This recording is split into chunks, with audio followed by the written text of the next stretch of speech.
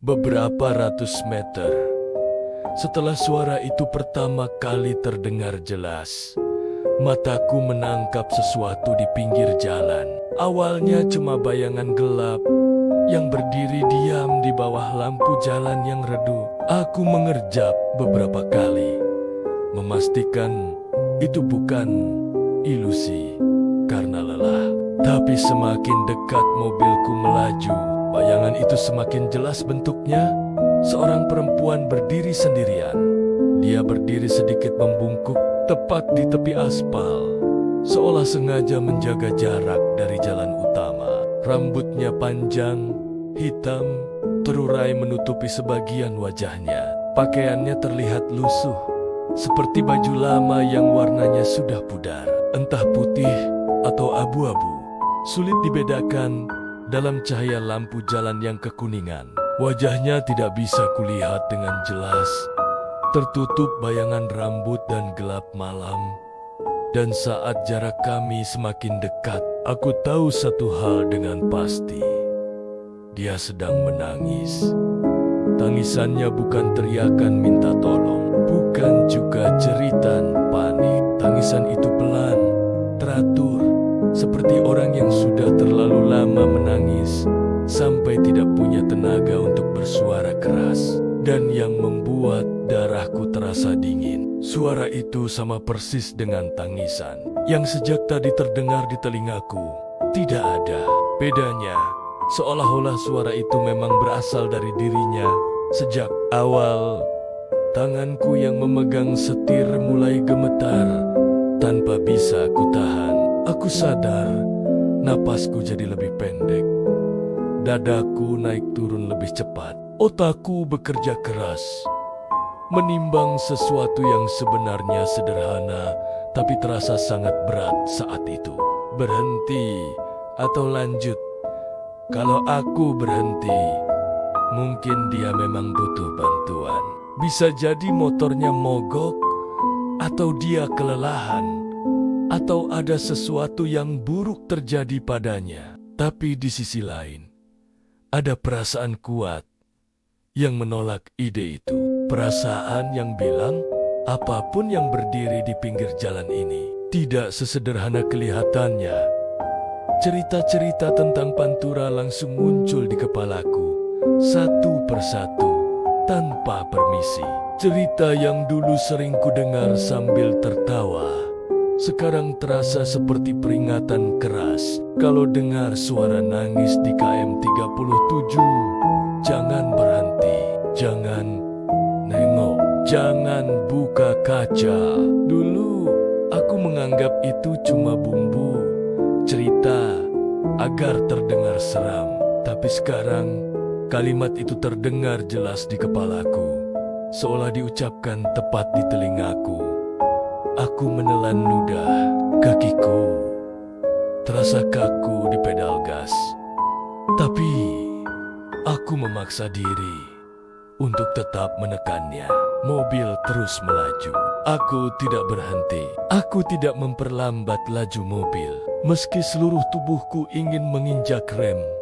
Saat mobilku sejajar dengan perempuan itu, lampu depan menyorot tubuhnya dengan lebih jelas. Rambutnya terlihat basah, menempel di pipinya. Tangisannya terdengar lebih dekat, lebih nyata. Aku menatap lurus ke depan, tidak berani melirik ke samping, tidak ingin melihat wajahnya meski hanya sekilas. Dan tepat saat mobilku melewati posisinya, sesuatu berubah. Tangisan itu tidak lagi terdengar dari luar. Sekarang, suaranya seperti berasal dari dalam mobil. Aku langsung merinding, seluruh bulu di lenganku berdiri. Aku refleks menoleh sedikit ke kaca spion tengah, memastikan jok belakang masih kosong. Aku bahkan mencondongkan badan sedikit ke depan, mencoba melihat pantulan lebih jelas. Kosong. Tidak ada siapa-siapa. Aku memeriksa pintu satu persatu. Dengan pandangan cepat, semua tertutup, semua terkunci. Aku yakin aku tidak berhenti, tidak membuka pintu, tidak membuka kaca. Secara logika, tidak mungkin ada orang masuk ke dalam mobil. Tapi, suara itu semakin jelas. Isakan pelan terdengar dari arah jok belakang, tepat di belakangku. Jaraknya terasa dekat, terlalu dekat. Aku bisa mendengar tarikan napasnya. Seperti orang yang sedang berusaha menahan tangis tapi gagal. Suara itu begitu nyata, sampai aku bisa merasakan getaran halusnya di udara kabin mobil. Mas, suara itu membuat jantungku hampir berhenti berdetak. Nada suaranya lirih, lemah, tapi sangat jelas. Seolah dia sengaja berbicara pelan agar aku mendengarnya dengan baik. Mas, kenapa nggak berhenti? Aku membeku. Tenggorokanku terasa terkunci. Aku ingin menjawab, ingin berteriak, ingin mengatakan apa saja. Tapi suaraku tidak mau keluar. Napasku terasa berat, seperti ada beban di dadaku. Aku tidak berani menoleh, bahkan untuk menggerakkan kepala sedikit saja. Rasanya mustahil. Aku menatap lurus ke jalan, mencoba fokus pada garis putih di aspal. Kakiku masih menginjak gas, tapi anehnya mobil terasa melambat. Jarum speedometer perlahan turun, padahal aku tidak mengendurkan tekanan kakiku. Sama sekali, aku menekan gas lebih dalam. Tidak ada perubahan. Mobil terasa berat, seperti ditahan sesuatu yang tidak terlihat. Mesin terdengar bekerja lebih keras, tapi laju mobil tetap lambat.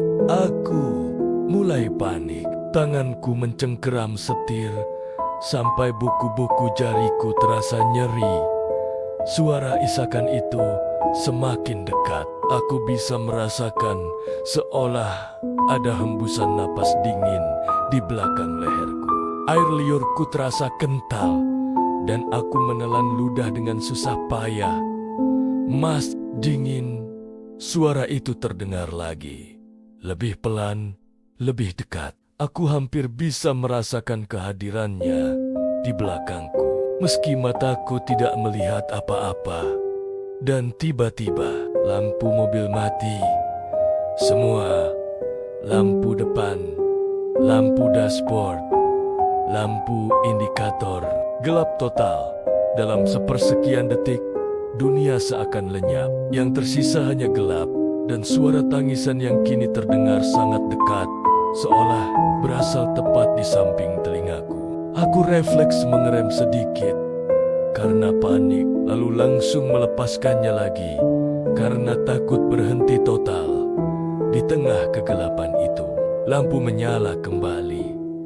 Tapi sebelum aku sempat merasa lega, mataku menangkap sesuatu di kaca spion.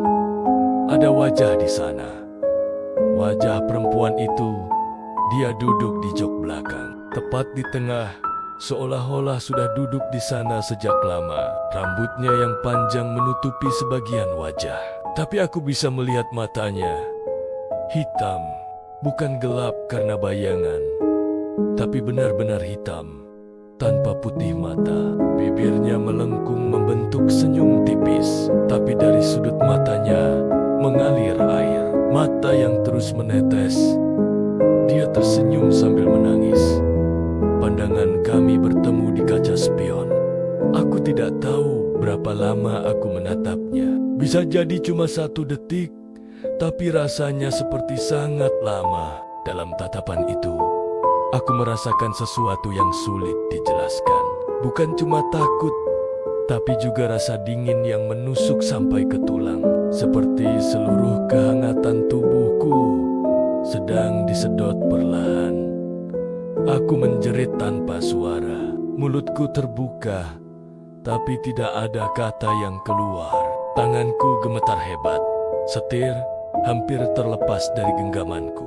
Aku memejamkan mata sejenak, berharap saat ku buka lagi, semua itu akan hilang. Tapi suara tangis itu masih ada. Dan aku tahu, apapun yang duduk di belakangku sekarang tidak berniat pergi begitu saja.